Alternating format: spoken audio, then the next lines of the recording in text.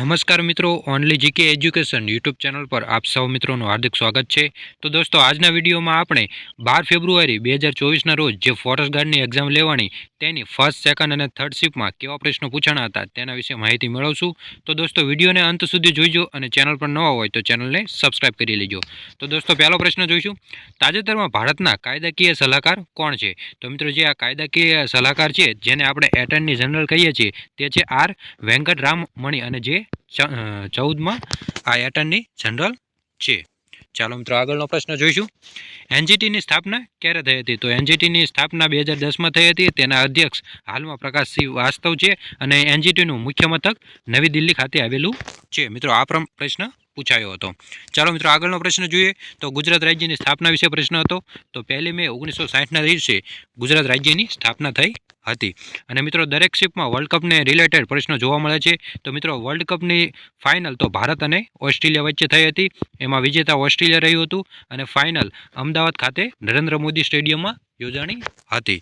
ચાલો મિત્રો, આગળનો પ્રશ્ન જોઈશું, હોસ્પિટલ તો ડૉક્ટર તો વકીલ? તો મિત્રો, આમાં આવશે વકીલ તો કોર્ટ। ડૉક્ટર એ હોસ્પિટલમાં હોય છે અને વકીલ કોર્ટમાં હોય છે।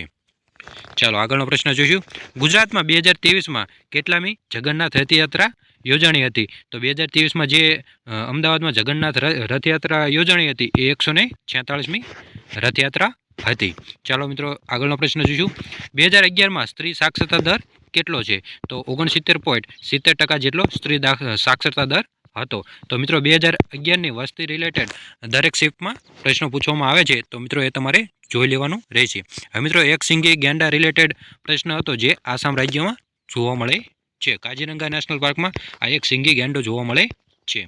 ચાલો મિત્રો, આગળનો પ્રશ્ન જોઈશું, રવાડે ચડવું તો અળવે માર્ગે ચડવું, આવો એક રૂઢિપ્રયોગ હતો। ભારતમાં મિથેન વાયુનો મુખ્ય સ્ત્રોત? તો ભારતમાં મિથેન વાયુનો મુખ્ય સ્ત્રોત ડાંગરની જે ખેતી છે તેનાથી સૌથી વધુ મિથેન વાયુ ઉત્સર્જિત થાય છે।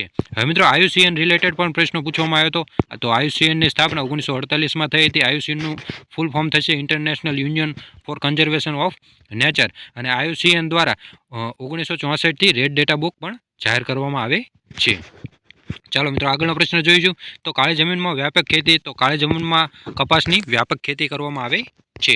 હવે મિત્રો, એક કહેવત હતી જાણવાની ઈચ્છાવાળું, તો એને કહેવાય જિજ્ઞાસુ। હવે મિત્રો, એક સંધિ પણ પૂછવામાં આવી હતી નિઉનતા, તો એનો સંધિ થશે ન્યૂનતા।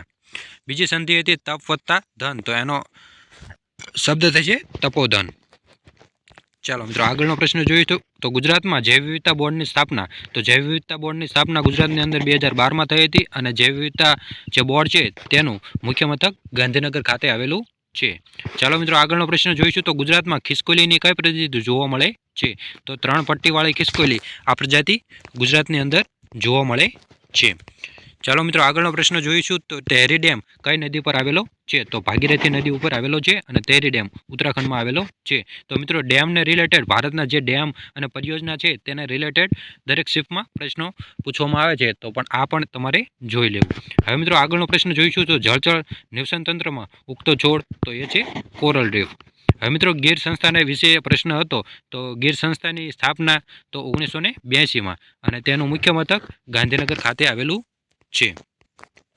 ચાલો મિત્રો, આગળનો પ્રશ્ન જોઈશું, તો વાઇબ્રન્ટ સમિટનું સૂત્ર, જે વાઇબ્રન્ટ સમિટ યોજાણી હતી તેનું સૂત્ર શું હતું?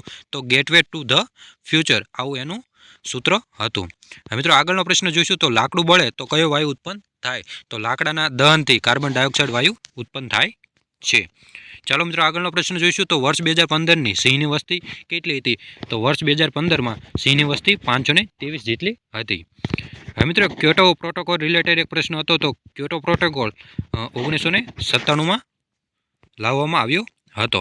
હવે મિત્રો, પરાધીનનો વિરોધાર્થી શબ્દ પૂછેલો હતો। તો પરાધીનનો વિરોધાર્થી શબ્દ થશે સ્વાધીન। હવે મિત્રો, એસિડ વર્ષાના મુખ્ય વાયુ કયા કયા હોય છે એ પણ પ્રશ્ન જોવા મળ્યો હતો। તો એમાં આવશે સલ્ફર ડાયોક્સાઇડ અને નાઇટ્રોજન ઓક્સાઇડ। ચાલો મિત્રો, એક પ્રશ્ન સમાસનો હતો જે કર્માધીન, તો એ થશે તત્પુરુષ સમાસ। હવે મિત્રો, સંધિની વાત કરીએ તો પર્વતારોહક, તો પર્વત વત્તા આરોહક એટલે પર્વતારોહક। હવે મિત્રો, મનુષ્યમાં રંગસૂત્રો વિશે પ્રશ્ન હતો। તો 23 જોડ રંગસૂત્રો જોવા મળે છે અને 26 રંગસૂત્રો જોવા મળે છે। હવે મિત્રો વાતાવરણમાં તમામ ઘટનાઓ કયા આવરણમાં અનુભવાય છે આના રિલેટેડ એક પ્રશ્ન હતો, તો એનો જવાબ આવશે શુભ આવરણ. આવરણને રિલેટેડ દરેક શિફ્ટમાં પ્રશ્નો જોવા મળે છે, તો મિત્રો આ આવરણને ફરી એકવાર તમારે જોઈ લેવા. હવે મિત્રો બંધારણમાં સુધારા કરવા માટે બહુમતી, તો મિત્રો 2/3 જેટલી બહુમતી આવશ્યક હોય છે. બેડમિન્ટન વર્લ્ડ ચેમ્પિયનશિપ 2023માં બ્રોન્ઝ મેડલ કોણે જીત્યો હતો, તો એનો જવાબ આવશે પ્રણય હસીના સુનિલ કુમારે આ બ્રોન્ઝ મેડલ બેડમિન્ટન વર્લ્ડ ચેમ્પિયનશિપમાં જીત્યો હતો. હવે કયા અભયારણ્યમાં મગર સંવર્ધન કેન્દ્ર આવેલું છે, તો એનો જવાબ આવશે ગીર અભયારણ્ય. હવે મિત્રો DMSનું ફૂલ ફોર્મ પૂછ્યું હતું, તો એનો ફૂલ ફોર્મ થશે ડેટાબેઝ મેનેજમેન્ટ સિસ્ટમ. ચાલો મિત્રો આગળનો પ્રશ્ન જોઈશું. IFMનું ફૂલ ફોર્મ પૂછ્યું હતું, તો ઇન્ટરનેશનલ ફાઇનાન્શિયલ મેનેજમેન્ટ એનું ફૂલ ફોર્મ થશે. હવે મિત્રો આર્ય સમાજની સ્થાપના વિશે પૂછ્યું હતું, તો મહર્ષિ દયાનંદ સરસ્વતી દ્વારા 1875માં આ આર્ય સમાજની સ્થાપના કરવામાં આવી હતી.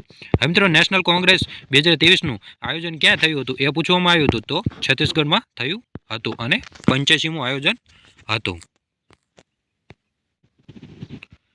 તો મિત્રો આ હતા 12 ફેબ્રુઆરી 2024માં જે વનરક્ષકની પરીક્ષામાં ફર્સ્ટ, સેકન્ડ અને થર્ડ શિફ્ટમાં જે પ્રશ્નો પૂછાયા હતા તેનું સોલ્યુશન હું તમારા માટે લઈને આવ્યો છું. જો મિત્રો તમે આવું જ સોલ્યુશન જોવા માંગતા હોય તો ચેનલને સબસ્ક્રાઇબ કરી લેજો અને આ વિડીયો પસંદ આવ્યો હોય તો વિડીયોને લાઇક કરી દેજો. અમારી ટેલિગ્રામ ચેનલ જોઈન કરવા માટે ડિસ્ક્રિપ્શનમાં લિંક આપેલી છે, ત્યાં જઈ તમે અમારી ટેલિગ્રામ ચેનલ જોઈન કરી શકો છો. ત્યાં તમને ફોરેસ્ટ ગાર્ડનું મટીરિયલ અને ફોરેસ્ટ ગાર્ડની ક્વિઝમાં પણ તમે પાર્ટિસિપેટ થઈ શકશો. તો મિત્રો ડિસ્ક્રિપ્શનમાં લિંક છે, ટેલિગ્રામ ચેનલ જોઈન કરી લેજો.